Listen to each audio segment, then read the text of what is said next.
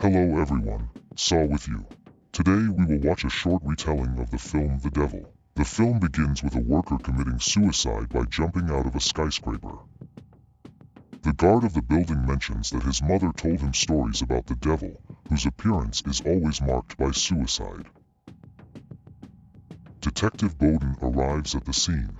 It becomes known that the detective is experiencing the death of his wife and child in a car accident, the culprit of which left the scene of the accident and was not found. Meanwhile, in the skyscraper from where the suicide jumped off, 5 strangers get stuck in the elevator, each of whom has committed various crimes in the past.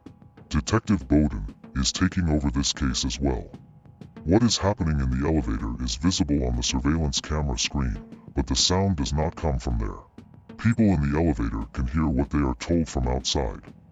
Among those locked in the elevator were the following people: Ben, a previously convicted security guard, an elderly woman suffering from kleptomania; Vince, a seller who earns money with the help of scams; Tony is a former mechanic who fought in Afghanistan; and Sarah, a greedy heiress, is on her way to meet her lawyer. Strange things begin to happen to the elevator. Sometimes the lights start to go out. After the light comes on again, it is discovered that Sarah is injured. There is a bite-like wound on her back. She can't explain anything. The others are at a loss. The occupants of the elevator soon begin to suspect Vince of the attack, as the person who causes the least confidence. Soon, people in the elevator begin to die one by one during blackouts.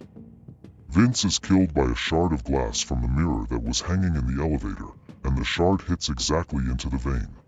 Detective Bowden feels a connection between what is happening in the elevator and a man who committed suicide earlier, who wrote in a suicide note that he hears the devil's footsteps.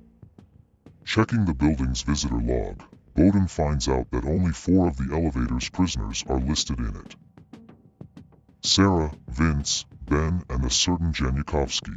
The investigator misinterprets the latter as Janoska and takes it for the name of an elderly woman.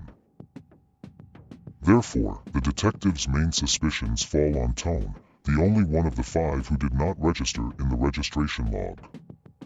The repairman of the building goes down to the elevator shaft to repair it, but breaks off the cable and dies.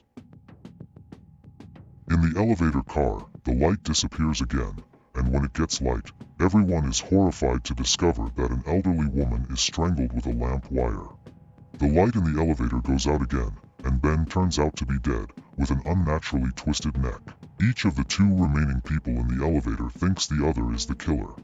Tony and Sarah prepare to fight each other, armed with shards of mirror, but Bowden manages to calm them down.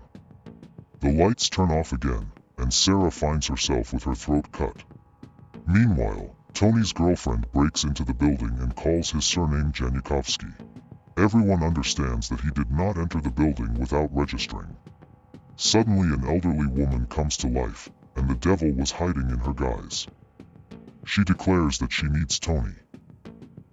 Using the dead worker's walkie-talkie, Tony informs the police that a woman and a child died a few years ago because of his fault, and he fled in a car and repents of this and is ready to go to prison for it.